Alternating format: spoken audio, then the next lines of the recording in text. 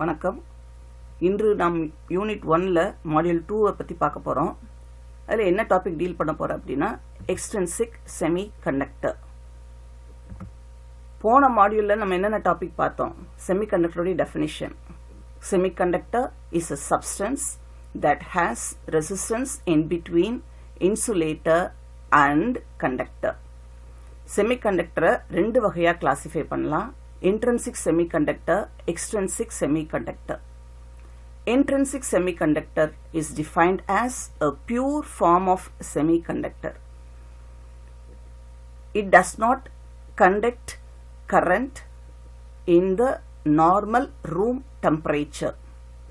So, to increase the current conduction, metallic impurities are added to the semiconductor, which is called as extrinsic semiconductor.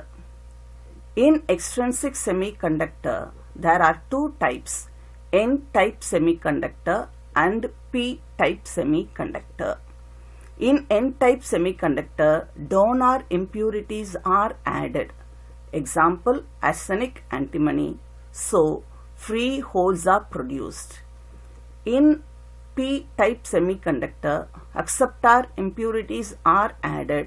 Example, boron, indium and gallium. In P-type semiconductor, holes are produced. In today's topic, we are going to deal with N-type semiconductor, P-type semiconductor, drift current, diffusion current. What is a N-type semiconductor? When a small amount of pentavalent impurity is added to a pure semiconductor, it is known as N-type semiconductor.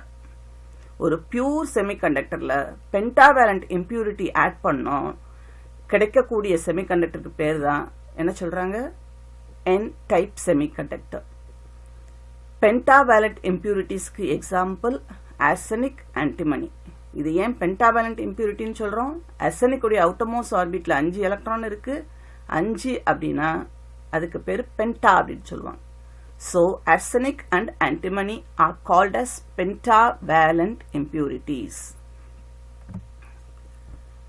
ஒரு N type செமிகண்டக்டரில் pentavalent impurity add பண்ணும்போது large number of free electrons produce ஆகும். அதனால் pentavalent impurity செமிகண்டக்டருக்கு நிறைய free எலக்ட்ரான்ஸை donate பண்ண முடியறனால அந்த இம்பியூரிட்டிக்கு donor impurities அப்படின்னு சொல்றாங்க. இப்போ ஒரு என்-டைப் செமிகண்டக்டர் எப்படி ஃபார்ம் ஆகுதுன்னு சொல்லி பார்க்க போறோம். ஜெர்மானியம் ஆட்டத்தோடைய அவுட்டர்மோஸ்ட் ஆர்பிட்ல 4 எலக்ட்ரான் இருக்கு. ஆனா ஒரு ஆட்டம் ஸ்டேபிள் ஆகணும் அப்படின்னா அவுட்டர்மோஸ்ட் ஆர்பிட்ல 8 எலக்ட்ரான் இருக்கணும். அதனால ஒரு ஆர்சனிக் ஆட்டத்தை நம்ம ஆட் பண்ணும்போது அந்த ஆர்சனிக் ஆட்டம் என்ன செய்யும்? ஏதாவது ஒரு ஜெர்மானிய ஆட்டத்தை போய் ரீப்ளேஸ் பண்ணிடும். அப்படி ரீப்ளேஸ் ஆகும்போது ஆர்சனிக் ஆட்டத்தில் எத்தனை எலக்ட்ரான்ஸ் இருக்கு?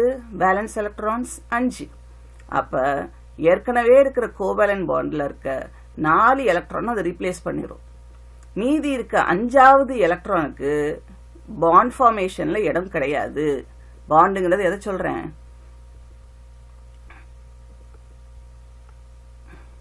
இது ஒரு பாண்டு, இது ஒரு பாண்டு, இது ஒரு பாண்டு, இது ஒரு பாண்டு, இது ஒரு பாண்டு, இது ஒரு பாண்டு. அப்ப 4 கோவேலன்ட் பாண்ட்ல 4 எலக்ட்ரான் ஷேர் ஆயிருது. அப்ப மீதி இருக்க அந்த ஒரு ஃப்ரீ எலக்ட்ரான் வெளியில வந்துருது. அது எங்க இருக்கும்? கண்டக்ஷன் பேண்டுக்கு இருக்கும். அப்ப கண்டக்ஷன் பேண்ட்ல இருக்கனால அந்த ஃப்ரீ எலக்ட்ரான் ஈஸியா நம்ம கண்டக்ஷனுக்கு யூட்டிலைஸ் ஆயிரும். அப்ப இந்த அர்சனிக் ஆட்டம் என்ன செய்யுது? ஃப்ரீ எலக்ட்ரான்ஸை டொனேட் பண்றதுனால அதுக்கு பேர் என்ன சொல்றாங்க? டோனார் இம்பியூரிட்டி அப்படின்னு சொல்லி சொல்றாங்க. ஜெர்மானியத்தில் 4 வேலன்ஸ் எலக்ட்ரான் இருக்கு. ஆர்சனிக்ல 5 வேலன்ஸ் எலக்ட்ரான் இருக்கு. ஆர்சனிக்ல போய் ஆட் பண்ணும்போது ஒரு ஆர்சனிக் ஆட்டம் ஜெர்மானியம் கிறிஸ்டல்ல போய் ஃபிட் ஆயிருது. அப்படி ஃபிட் ஆகும்போது 4 வேலன்ஸ் எலக்ட்ரான் கோவேலன்ட் பாண்ட்ல ஃபார்ம் ஆயிருது. 5வது எலக்ட்ரானுக்கு கோவேலன்ட் பாண்ட்ல இடம் கிடையாது. அதனால அது ஃப்ரீயா வெளியில மூவ் பண்ண ஆரம்பிக்குது. ஒவ்வொரு ஆர்சனிக் ஆட்டமும் ஆட் பண்ணும்போது ஒரு ஃப்ரீ எலக்ட்ரான் கிடைக்கும். N-type conductivity. ஒரு N-type செமிகண்டக்டர்ல கரண்ட் கண்டக்ஷன் எதனால நடக்க போகுது? நிறைய ஃப்ரீ எலக்ட்ரான்ஸ் இருக்கனால அதுக்கு அக்ராஸ் ஒரு வோல்டேஜ் அப்ளை பண்ணோம்னா எலக்ட்ரான்ஸ் எல்லாம் எதை நோக்கி மூவ் ஆக ஆரம்பிக்கும்? டெர்மினலுடைய பாசிட்டிவை நோக்கி மூவ் ஆக ஆரம்பிக்கும். அதனால n டைப் செமிகண்டக்டர்ல current conduction is due to free electrons. எலக்ட்ரான்ஸுங்கிறது நெகட்டிவ் சார்ஜ்னால n டைப் செமிகண்டக்டர்ல இருக்க கண்டக்டிவிட்டிக்கு பேர் என்ன சொல்றாங்க? n type conductivity or negative type conductivity. Voltage apply பண்ணோன்னே நிறைய ஃப்ரீ எலக்ட்ரான்ஸ் மூவ் ஆகுது, அதனால கரண்ட் ஃப்ளோ ஆகுது. அந்த கரண்ட் கண்டக்ஷன் வந்து ஃப்ரீ எலக்ட்ரான்ஸ்னால நடக்கும். அதனால அதுக்கு பேர் n டைப் இல்லாட்டினா எலக்ட்ரான் டைப் கண்டக்டிவிட்டின்னு சொல்லிடுறோம். p type semiconductor. ஒரு பியூர் செமிகண்டக்டர்ல ட்ரைவேலண்ட் இம்பியூரிட்டியை ஆட் பண்ணோம் அப்படின்னா அதுக்கு பேரு p டைப் செமிகண்டக்டர்னு சொல்றாங்க. அதனுடைய எக்ஸாம்பிள் வந்து ட்ரைவேலண்ட் இம்பியூரிட்டியோட example boron, gallium and indium.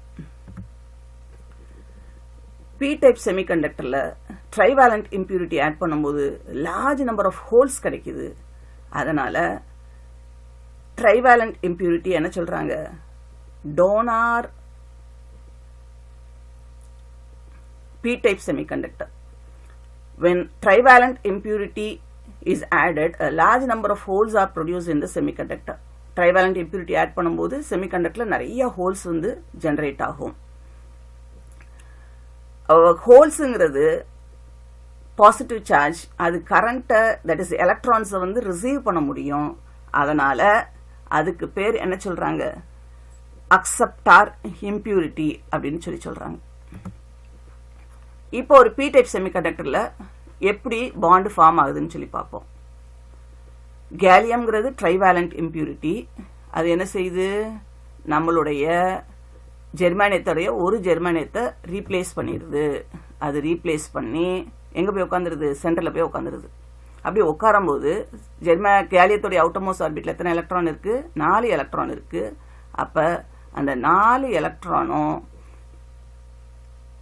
கேலியத்துடைய outermost ஆர்பிட்ல 3 electron இருக்கு. அப்ப ஒவ்வொரு எலக்ட்ரானும் ஜெர்மானியத்தோட பாண்ட் ஃபார்ம் ஆயிரும். ஆனா இங்க எத்தனை பாண்ட் இருக்கு? 4 பாண்ட் இருக்கு. அப்போ ஒரு பாண்டுல நமக்கு என்ன கிடையாது? எலக்ட்ரான்ஸ் ஷேர் பண்றது கிடையாது. அப்ப அந்த இடத்துல என்ன கிரியேட் ஆயிரும்? ஒரு ஹோல் கிரியேட் ஆயிரும். அதனாலதான் என்ன சொல்றாங்க? ட்ரைவேலண்ட் இம்பியூரிட்டி ஆட் பண்ணோம்னா ஹோல்ஸ் கிரியேட் ஆகுதுன்னு சொல்றோம். ஜெர்மானியத்துல 4 வேலன்ஸ் எலக்ட்ரான் இருக்கு, போரான்ல 3 வேலன்ஸ் எலக்ட்ரான் இருக்கு. ஜெர்மானியம் வந்து போரான் ஆட் பண்ணும்போது ஒரு போரான் ஒரு ஜெர்மானியத்தை ஆட்டத்தை ரீப்ளேஸ் பண்ணி அது போய் ஃபிட்டப் ஆகிக்கிடும். போரானுடைய 3 எலக்ட்ரான் கோவேலன்ட் பாண்டை ஷேர் பண்ணிடும்.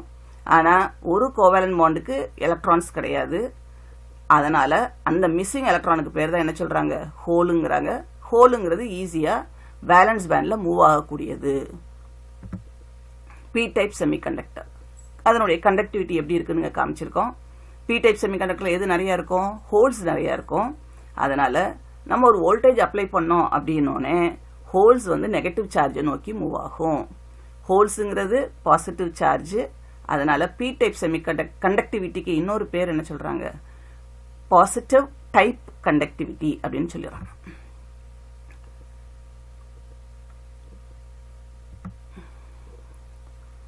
p டைப் செமிகண்டக்டர்லயும் n டைப் செமிகண்டக்டருடைய மெஜாரிட்டி கேரியர்ஸ் தான் என்ன, மைனாரிட்டி கேரியர்ஸ் தான் என்னன்னு பார்ப்போம். n டைப் செமிகண்டக்டர்ல டோனார் இம்பியூரிட்டி ஆட் பண்றோம். அதனால அதுல நிறைய எலக்ட்ரான்ஸ் கிடைக்கும். அதனால ஒரு n டைப் செமிகண்டக்டர்ல மெஜாரிட்டி கேரியர்ஸ் எலக்ட்ரான்ஸ்னு சொல்றாங்க. ஆனா டெம்பரேச்சர்னால சில ஹோல்ஸும் அங்க கிரியேட் ஆகிறதுக்கு சான்சஸ் இருக்கு. அதனால அதுக்கு பேர் என்ன சொல்றாங்க? மைனாரிட்டி கேரியர்ஸ் சொல்றாங்க. n டைப்ல electrons majority carriers, holes minority carriers. இதே இது p டைப்பா இருந்துச்சுன்னா அங்க என்ன இருக்க போகுது? நிறைய ஹோல்ஸ் இருக்க போகுது. அதனால அங்க மெஜாரிட்டி கேரியர்ஸ் வந்து ஹோல்ஸ்ங்கிறாங்க. ஆனா டெம்பரேச்சர் வேரியேஷனால சில எலக்ட்ரான்ஸ் கிரியேட் ஆகிறதுக்கு சான்சஸ் இருக்கு. அதனால p டைப் செமிகண்டக்டர்ல மைனாரிட்டி கேரியர்ஸ் எலக்ட்ரான்ஸ். திருப்பி ரிப்பீட் பண்றேன். n டைப் செமிகண்டக்டர்ல majority carriers electrons, minority carriers holes. இதே இது p டைப் செமிகண்டக்டர்ல majority carriers holes, minority carriers electrons.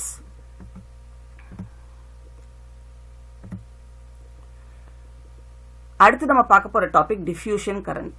Diffusion current அப்படிங்கிறது என்னது? Moment of current carriers. அது ஹோல்ஸாவும் இருக்கலாம், இல்லாட்டினா எலக்ட்ரான்ஸாவும் இருக்கலாம்.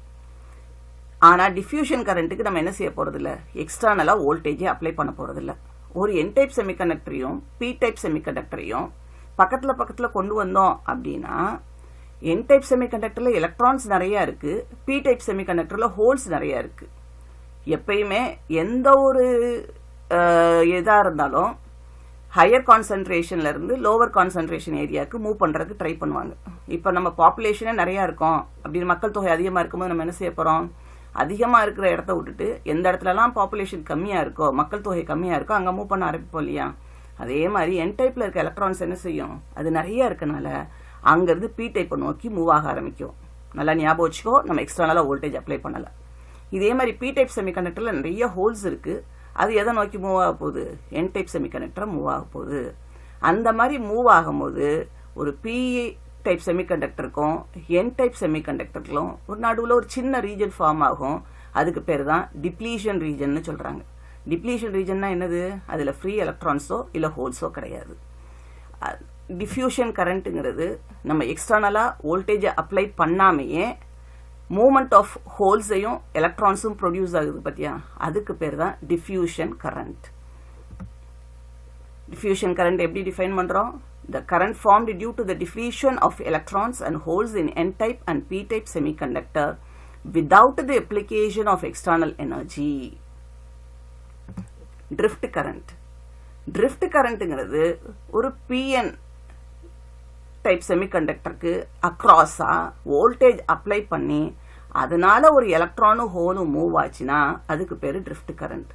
The current formed due to the drifting என்னது, movement of charged particles. charged particles எலக்ட்ரான்ஸா இருக்கலாம், ஹோல்ஸா இருக்கலாம். அதுக்கு பேரு தான் drift current. திருப்பி ஞாபகம் வச்சுக்கோ, டிஃப்யூஷன் கரண்ட்டுக்கு எக்ஸ்டர்னல் வோல்டேஜ் கிடையாது, ஆனாலுமே கரண்ட் கேரியர்ஸ் மூவ் ஆகும். drift கரண்ட்டுங்கிறது எக்ஸ்டர்னல் வோல்டேஜ் அப்ளை பண்ணும்போது கரண்ட்டும் எலக்ட்ரானும் ஹோல்ஸும் எலக்ட்ரான்ஸும் மூவ் ஆச்சுன்னா அதுக்கு பேரு drift current அப்படின்னு சொல்ல போறோம். இங்க ஃப்ரீ எலக்ட்ரான்ஸ் இருக்கு, ஹோல்ஸ் இருக்கு. ஹோல்ஸ் நெகட்டிவ் சார்ஜை நோக்கி மூவ் ஆகும், எலக்ட்ரான்ஸ் பாசிட்டிவ் சார்ஜை நோக்கி மூவ் ஆகும். இன்னைக்கு நம்ம பார்த்தது என் டைப் செமிகண்டக்டர்னா என்ன, பி டைப் செமிகண்டக்டர்னா என்ன, drift currentனா என்ன, டிஃப்யூஷன் கரண்ட்னா என்ன. என் டைப் செமிகண்டக்டர்ல டோனார் இம்பியூரிட்டி ஆட் பண்ணியிருப்பாங்க, பி டைப் செமிகண்டக்டர்ல அக்செப்டார் இம்பியூரிட்டி ஆட் பண்ணியிருப்பாங்க. என் டைப் செமிகண்டக்டர்ல majority carriers electrons, minority carriers holes. P type செமிகண்டக்டர்ல majority carriers holes, minority carriers electrons.